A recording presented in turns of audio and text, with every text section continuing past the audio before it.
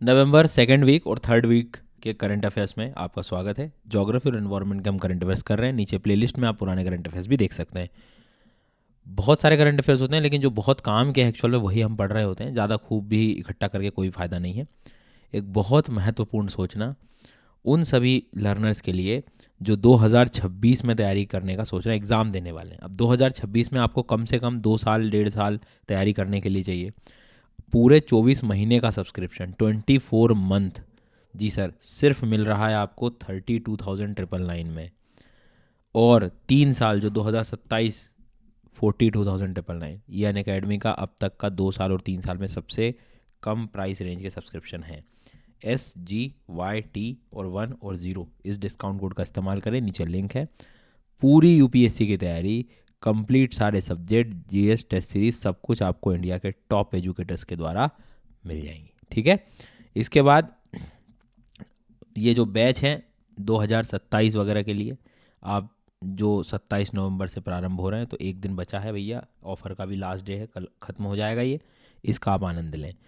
और रफ्तार बैच को तो ज्वाइन कर ही सकते हैं यदि जो बच्चे 2025 में एग्ज़ाम दे रहे हैं, 2025 में दे रहे हैं। इस प्राइस में, लोवेस्ट प्राइस एवर, इसमें आप अपने 6 महीने को पूरा तैयारी कर सकते हैं। सिर्फ इस पर्टिकुलर कोर्स के लिए आप पूरी तैयारी कर सकते हैं, रिवाइज कर सकते हैं। दिसंबर 6 से बैच शुरू हो रहे हैं इसके। शुरू करते हैं करंट अफेयर्स को। एक ऐसा, एक मिनट है। हाँ, तो एक ऐसा टॉपिक आया है अब कि मतलब मेंस में भी इसका डायरेक्ट आपको यूज़ हो सकता है, माइक्रो प्लास्टिक्स।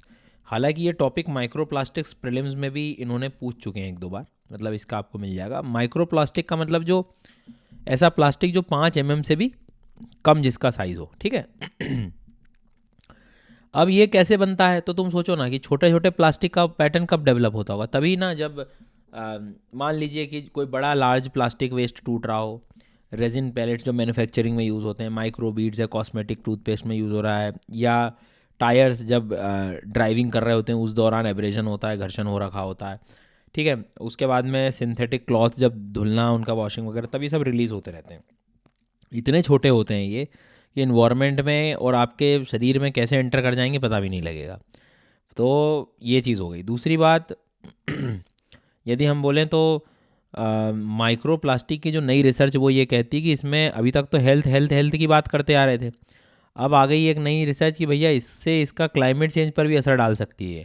बोले सर ये क्या चीज़ है क्लाइमेट चेंज पे? तो देखो, सबसे बड़ी चीज़ क्या होती है जब बारिश होती है ना, तो जब क्लाउड बनता है, तो क्लाउड क्या है हमें मालूम है कि एक पानी की बूंद का समूह। बट इस वाटर ड्रॉपलेट को बनने के लिए एक सपोर्ट चाहिए होता है, तभी पानी की बूंद हवा में बन पाएगी। विदाउट सपोर्ट कैसे होगा? ज्योग्राफी में सपोर्ट को कहते हैं हम हाइग्रोस्कोपिक न्यूक्लियाई। हाइग्रोस्कोपिक न्यूक्लियाई, ठीक है, मतलब आर्द्रता ग्राही नाभिक। अब क्या होता है कि ये माइक्रोप्लास्टिक की रिसर्च ये कहती है कि ये जितने ज़्यादा होंगे, अब ये पानी की बूंद जो सपोर्ट लेती है, वो सपोर्ट क्या होता है नॉर्मली? छोटे छोटे सॉल्ट पार्टिकल, धूल वगैरह भी हो सकता है, डस्ट पार्टिकल्स, ये सब। बट चूंकि आज के टाइम पे प्रदूषण में अब माइक्रो प्लास्टिक्स हो गए हैं, तो वो माइक्रो प्लास्टिक्स प्रॉब्लम कर सकते हैं। कि अब ये क्या होगा, ये जितना ज़्यादा होगा, हो सकता है आइस फॉर्मेशन, या आप कह सकते हो कि हो सकता है कि जल्दी से जो है कंडेंसेशन लेवल बढ़ जाए। मतलब ये कह सकते हैं आप कि ये बारिश वगैरह को ट्रिगर कर सकता है। फिर अब जब ये आसमान में घूम रहे होंगे तो सनलाइट को भी रोकने का काम कर रहे होंगे, वापस भेज देंगे, तो ये अर्थ पे कूलिंग इफेक्ट भी इसका देखने को मिल सकता है। या मान लो सरफेस पे है तो रेडिएशन को और ज़्यादा रोक लेगा ये। भाई जितना ज़्यादा, मान लो ब्लैक कलर पे है तो रेडिएशन उतना ब्लॉक करेगा, ये रोकेगा अर्थ के सरफेस को। तो कहने का मतलब अपने आप में ये वार्मिंग इफेक्ट, कूलिंग इफेक्ट, बारिश का दिन, मतलब काफ़ी बड़े स्तर पर क्लाइमेट और वेदर पे भी इसका असर है। तो मेरा मतलब आपको बस पढ़ाने का ये था कि माइक्रो प्लास्टिक का संबंध सिर्फ हेल्थ वाले सेक्टर पे ही चर्चा मत करना। आप लोग इस बात को ध्यान रखना है कि भैया कैसे भी ये इसका असर क्लाइमेट वेदर पर भी हो सकता है। इस चीज़ को ध्यान रखें आप लोग, है ना, ये मल्टीपल जगह यूज़ हो सकता है। कानापारा रेंज जो है, आमचंग वाइल्ड लाइफ सेंचुरी, ये दोनों नाम आपको अच्छे से याद रखने हैं। एक डिकम्पोज्ड काराकस हाथी का जो है वो मिला था, मतलब उसका कुछ अवशेष ऐसे मिले थे। तो ये चीज़ अपने को याद रखनी है, एग्ज़ाम में आ सकती है। तो आपसे पूछ सकता है कि इसकी लोकेशन तो असम में है, तो खानापारा रेंज भी पूछा जा सकता है एग्ज़ाम में, और आमचंग वाइल्ड लाइफ सेंचुरी भी पूछी जा सकती है। ब्रह्मपुत्र नज़दीक है, इस चीज़ को जो है अपने को याद रखना है, ठीक है, बिल्कुल। उसके बाद में मेघालय का जो मरडकोला जो मारडकोला करके जो है रिजर्व फॉरेस्ट वाला एरिया, उसके आसपास का क्षेत्र है। मतलब ये कुछ ऐसे प्लेसेस हैं जो न्यूज़ में बन सकते हैं, तो थोड़ा सा ध्यान रखना। तो असम के बेल्ट और पूरा पैरेलली साथ में ये इधर आप देखोगे तो मेघालय का क्षेत्र भी लगा हुआ है, ठीक है। मरडाक डोला जिसको हम कह सकते हैं, मरडाक डोला। तो ये शब्द अपने लिए अमचंग वाइल्ड लाइफ सेंचुरी को कम से कम याद रखना है। देखो नाम से तो हमें समझ आ ही रहा है कि ये नॉर्थ ईस्ट का है, लेकिन कई बार कन्फ्यूजन हो सकता है, थोड़ा असम की तरफ इसे ले जाना आप। इसके बाद में जो गिलोंग शहर है, उस जगह पर आप ये कह सकते हो कि अभी वहाँ पर लोगों ने एक बड़ा गजब का इवेंट देखा।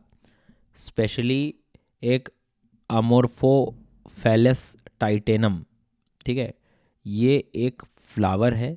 दुनिया के सबसे बड़े लार्जेस्ट फ्लावर में इनकी गिनती होती है, 10 फीट ऊंचाई भी हो सकती है। तो ये नाम को बस अपने को देखना है, ठीक है। ये नाम क्या है? तो एक फ्लावर है। बड़ी अच्छी इसकी यूनिकनेस ये है कि ये एक बार दशक में लगता है, 24 से 48 घंटे रहता है। तो ये अपने आप में एक यूनिकनेस है।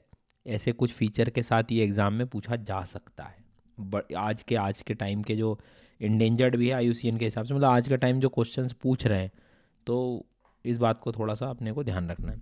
तो ये शब्द को ज़्यादा याद है कि एक फ्लावर है ये। बर्ड सेंसस कराया गया है उत्तराखंड में। अब बर्ड सेंसस तो चलो ठीक है, उत्तराखंड फॉरेस्ट डिपार्टमेंट कोलैबोरेशन वगैरह करके सब हो गया, ठीक है। इतनी स्पीशीज़ आई ये आई, वो भी कई बार काम का नहीं है।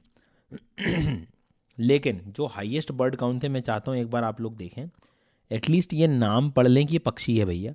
यूरेशियन कूट्स ये बर्ड होता है, ठीक है। स्पॉट बिल्ड डक्स तो चलो ठीक है, शेल डक्स वगैरह तुम्हें समझ में आ जाएगा। इसमें ये एक ऐसी चीज़ है जो आपको परेशान कर सकती है। आपके लिए एक होमवर्क दे रहा हूँ मैं, आप इसको सर्च करना इंटरनेट पे और मुझे इसका स्टेटस बताना, ये आईयूसीएन वाला है कि ये इंडेंजर्ड है कि क्रिटिकली इंडेंजर्ड है कि क्या है, कमेंट में। मुझे इससे पता भी लगे कि आप कितना एक्चुअल में देख रहे हो। बाकी तो कुछ ऐसी और भी इंडेंजर्ड आइडेंटिफाई की गई थी स्पीशीज़, वो भी आप देख सकते हो। बट ये यूरेशियन कूट्स वगैरह इस शब्द को थोड़ा ध्यान रखना, मतलब यूरेशियन नाम से कहीं और चले गए और भारत को भूल गए कि यहाँ भी मिलता है ये। बॉटनिकल सर्वे ऑफ इंडिया के द्वारा एक नया फ्लावरिंग प्लांट देखा गया है, ठीक है। अब वो फ्लावरिंग प्लांट के लिए तुम्हें पहले मैं शेषाचलम में लेके जाऊंगा, शेषाचलम, ठीक है। वैसे हम पढ़ते हैं नागार्जुन सागर श्रीशैलम, तो नागार्जुन सागर श्रीशैलम वाला जो वर्ड है, तो श्रीशैलम से ही आया है श्रीशैलमिका, ठीक है। और डिक्लिप्टेरा जो है ये हो गया इसका अपने आप में शब्द। तो ये दोनों को अच्छे से याद रखना है कि ये है क्या। तो फ्लावरिंग प्लांट है, इतना ही कर लो, बहुत है। ज़्यादा अपने को उसमें परेशान होने की ज़रूरत नहीं है, ठीक है। ज़्यादा कोई इवेल्युएट नहीं हुआ है इसमें इसका स्टेटस वगैरह अभी, लेकिन डिस्कवर किया है। तो रीसेंट अभी एक, अब आप PYQs लगाना तो कुछ एक दो स्पीशीज़ ऐसी आ जाती कि ये अभी हाल ही में चर्चा में है, तो क्या है ये, तो बस ये याद रखना। जैसे अभी एक बता दिया आपको डिक्लिप्टेरा, उसके बाद में ये एक एमोर्फोलस जो टाइटेनम करके एक ये बताया आपको, इसको भी याद रखना। और खानपारा रेंज, आमचंग वाइल्ड लाइफ सेंचुरी, और इसके बाद में मरडाक डोला रिजर्व फॉरेस्ट, ये सब अपने को याद रखना है कि मेघालय का हो गया, और ऊपर के ये असम वाले क्षेत्र हो गए, ठीक है। अब अगला वही है कि इंडियन बाइसन और गौर जो है, बाइसन्स को देखा होगा आप लोगों ने, नेशनल पार्क की कई बार सीरीज अपन ने पढ़ी है, वो चलो ठीक है, वो अपनी जगह है। लेकिन देवरीगढ़ वाइल्ड लाइफ सेंचुरी कहाँ है, ये डायरेक्ट आप लोगों से पूछा जा सकता है। उड़ीसा का क्षेत्र है, हीराकुद डैम आसपास है, महानदी नदी आसपास के क्षेत्रों में दिखाई देगी। शुष्क जो वन होते हैं वो आपको देखने को मिलते हैं उस जगह पर। तो ये देवरीगढ़ वाइल्ड लाइफ सेंचुरी को लेकर याद रखना। कुछ समय पहले पिछले साल भी न्यूज़ में थी, टाइगर रिजर्व को लेकर कुछ डिमांड वगैरह आई थी, तो उस अच्छे से याद रखना, देवरीगढ़ उड़ीसा का है। तिल सेसम सीड्स जो हैं, इंडिया का एक्सपोर्ट बढ़ गया है भैया लगभग 13%। तो ये भारत में कल्टीवेट की जा रही है, काफ़ी लंबी हिस्ट्री है। ऑयल सीड में है, मतलब तिलहन में आता है ये। और उसके बाद में तिल तो मतलब सुना ही होगा आप लोगों ने, ये इस तरह का बीज है ये। इसमें काम की चीज़ ये कह सकते हो आप कि लगभग सारे राज्य काफ़ी मतलब काम के हैं जहाँ पर लगाया जाता है ये। एवरेज टेम्परेचर चाहिए 25 से 30 डिग्री, गर्म वाला तापमान चाहिए। और सबसे इम्पोर्टेंट बात कि खरीफ रबी सीज़न के हिसाब से ये लग जाता है अलग अलग स्टेट्स में। इसमें मध्य प्रदेश, उत्तर प्रदेश और राजस्थान जैसे राज्यों को याद रखना टॉप प्रोड्यूसिंग में, है ना। ये थोड़ा सा आप लोग ध्यान रहेंगे तो ज़्यादा सही रहेगा। कुछ पॉइंटर्स हैं प्रीलिम्स के लिए, मेरा मानना है इनको एक बार ज़रा आप लोग देख लें। डिज़ास्टर मैनेजमेंट यदि आपने पढ़ा हो तो अच्छी बात है। जो उड़ीसा के कुछ 24 कोस्टल विलेजेस हैं उनको tsunami ready during second global trans tsunami symposium in Indonesia जो हुआ था, उसमें एक तरह से मतलब ये किया कि हम तैयार हैं, मतलब तैयार इन द सेंस कि प्रिपेयर्डनेस एक बेहतर रूप में दिखाई दे रही है। National tsunami ready recognition board के द्वारा ये वेरीफाइड भी होता है कि एक्चुअल में सारी चीज़ें सही चल रही हैं कि नहीं। मतलब बेसिकली हमेशा कहता हूँ कि डिज़ास्टर्स को आप रोक तो नहीं सकते, प्रिपेयर्डनेस की तरफ ले जा सकते हैं, तो उसकी तैयारी को लेकर बात है ये। उसके बाद में सबसे बड़ा इस समय लार्जेस्ट कोरल जो डिस्कवर किया गया है वो सोलोमन आइलैंड्स में किया गया है। ये स्टेट पीसीएस में परेशान कर सकता है ऐसे सवाल। सोलोमन आइलैंड्स, ठीक है, ध्यान रखना। आपके लिए एक टास्क हो रहा है कि ये सोलोमन आइलैंड पैसिफिक में कि अटलांटिक में, ये बताओ। ठीक है। अरे सर वो तो वहीं मुझे आंसर दिख रहा है, देख के लिख लो, वो याद हो जाएगा इस बहाने। हाँ। इसके बाद में तमिलनाडु फॉरेस्ट डिपार्टमेंट ने भी जो है कुछ नई स्पीशीज़ जो है एक तरह से आप कह सकते हो कि मुदुमलाई टाइगर रिजर्व के क्षेत्रों में जो पाई जाती थी उसको लेकर जो है न्यूज़ आई है कि experimenting with the removal of potential new species invasive plant Senatora. ठीक है, ये सेंट्रल अमेरिका की स्पीशीज़ है, इसको हटाने की कहानी शुरू करना इनने मतलब एक्सपेरिमेंट किया था कि इसको हटाया जाए। ये क्या है, इन्वेजिव आक्रामक प्रजाति है। सेंट्रल अमेरिका की आक्रामक प्रजाति क्या होता है, कई बार ये प्लांट स्पीशीज़, ये भी ध्यान रखना, इंसान और ये कुछ और बना दिया तुमने, पता लगे। दूसरी बात, सेंट्रल अमेरिका से आई हुई, ऐसा आप मान सकते हो, नेटिव वहाँ की। इन्वेजिव स्पीशीज़ क्या होता है कि किसी स्पीशीज़ का इतना लग जाना कि दूसरा कोई ग्रोथ ही नहीं कर पाए। सॉइल रेट्रोग्रेशन प्रोसेस भी पूछ सकता है वो।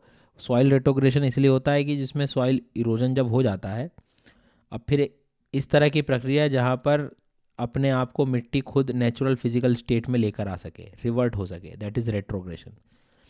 वुड वाइड वेब है ना, वुड वाइड वेब, ये वर्ड को याद रखना। वुड वाइड वेब में हम लोग ये देख रहे हैं कि बायोलॉजिस्ट ये देखते हैं कि कुछ ऐसी माइक्रोराइजल फंगाई हैं जिससे वो मतलब जैसे मान लीजिए प्लांट रूट्स हैं, ठीक है, प्लांट की जड़ें हैं। अब प्लांट की जड़ों में जो फंगई है, माइक्रोराइजल फंगई, वो कहाँ रहती है, रूट्स ऑफ डिफरेंट प्लांट, दूसरे रूट्स ऑफ डिफरेंट प्लांट को कनेक्ट करके एक प्रॉपर नेटवर्क बना रही होती है, तो एक उसी को वुड वाइड वेब भी कह रहे हैं। तो कैसे सिम्बायोटिक रिलेशनशिप्स प्लांट में मदद कर रहे होते हैं ग्रोथ के लिए, उससे भी संबंध इसका है। इसके बाद में यूएई में जो यूएई ने मतलब एक तरह से लॉन्च किया है ग्लोबल एनर्जी एफिशिएंसी अलायंस, ये थोड़ा सा याद रखना, जो COP29 चल रहा है, कहाँ चल रहा है ये भी बताना है आपको। क्या है इसका मतलब, तो सीधी सी बात है, जो एनर्जी एफिशिएंसी है वो 2030 तक बेहतर करना। एनर्जी एफिशिएंसी क्या होता है, एक समरी में आपको बताऊं तो कि किसी भी चीज़ को एफिशिएंट बनाना। आपने देखा होगा कि अभी हम जैसे बोलते हैं कि सोलर एनर्जी लगाओ, सोलर एनर्जी बनाओ, तो सोलर एनर्जी अब पता लग रहा है कि बिजली बड़ी मुश्किल से बन रही है। इसका ये मतलब नहीं है कि आप पुरानी ऐसे लाइट यूज़ करो जो बहुत ज़्यादा एनर्जी ले रहे थे। आपने देखा धीरे धीरे CFL आए, CFL से अब LED लाइट्स आ गई। तो लाइट्स का आना और धीरे धीरे बेहतर एफिशिएंट, मतलब जो जितनी बिजली में पहले एक ही लाइट जल जाता था उतनी बिजली में अब 6 लाइट्स हम लोग जला सकते हैं, तो ये एक एफिशिएंट बना दिया हमने सिस्टम को। तो इसी चीज़ को बेहतर और करना है हमें। बॉम्ब साइक्लोन बम्बोजेनेसिस, कभी ये टर्म न्यूज़ में रहा है, तो ये भी एक साइक्लोन होता है मिड लैटिट्यूड। इसकी एक खास बात याद रखना है कि कोई साइक्लोन का 24 घंटे में 24 मिलीबार प्रेशर कम हो जाए, मतलब लो प्रेशर और हो जाए, मतलब साइक्लोन और इंटेंस हो जाए, उस कंडीशन को बॉम्बोजेनेसिस कहते हैं। 24 मिलीबार प्रेशर कम हो जाए 24 आवर्स में, तो इस चीज़ को जो है थोड़ा सा ध्यान रखना। फिर सेल्फ सफिशिएंट गौशाला with state art of compressed biogas, गौशाला और बायोगैस का कॉम्बिनेशन कहीं लॉन्च हुआ है, तो वो ग्वालियर में हुआ है। कुछ प्लेसेस हैं न्यूज़ वाले, डोमिनिका जो है वो आपको पता होना चाहिए। तो ये वर्ल्ड मैप आपने देखा होगा, नॉर्थ अमेरिका और साउथ अमेरिका ये कैरेबियन सागर अटलांटिक ओशन के पास है। रोसियो ये इसका रीजन आप देख सकते हो थोड़ा सा कहाँ पर है अटलांटिक ओशन में, इतना तो याद रखो आप, है ना। बेसिक चीज़, ज़्यादा परेशान नहीं होना इसमें। इसके बाद में grand commander of the order of Niger, ये Indian prime minister conferred the Nigerian national award. इसके कारण न्यूज़ में था, लेकिन हमने को पता होना चाहिए कि नाइजीरिया कहाँ है। नाइजीरिया ये है भैया, लैंडलॉक कंट्री नहीं है। Nigeria capital is Abuja. इसके पास लागोस करके यहाँ पर पोर्ट है। हारकोर्ट नाम का एक पोर्ट है, इसका आनंद लें आप। ये वर्ल्ड मैपिंग में हम ऑलरेडी पढ़ चुके हैं, तो ये पता रहे तो बहुत अच्छी बात है आपको। इसके बाद में एंटिलीज नाम सुना है आपने, एंटिलीज। तो कारिकम समिट कभी कई बार पूछ सकता है। तो कारिकॉम का मतलब होता है कैरेबियन कम्युनिटी के साथ जो समिट है भारत का, भारत और इनका सेकंड ये हुआ था, ये जॉर्ज टाउन गुयाना में हुआ। तो ये कैरेबियन कम्युनिटी मतलब ये वाला एरिया। अब ये वाला एरिया ये कैसे समझ में आएगा तुम्हें? तो भाई सीधी सी बात है, आप जाइए पहले तो वर्ल्ड मैप में, नॉर्थ अमेरिका को इमेजिन करिए और साउथ अमेरिका को इमेजिन करिए। यहाँ कैरेबियन सागर है, यहाँ पर आपको जो है ये कैरेबियन कम्युनिटी वाला रीजन देखने को मिल रहा है। बिल्कुल ठीक बात है, ठीक है। तो ये लेसर एंटिलीज वाले जो एरिया है, तो कैरेबियन आइलैंड नेशंस, इस चीज़ को जो है याद रखना, ठीक है। तो अब वहाँ पर जो है एंटीगुआ और बारबुडा, ये दो देशों से जो है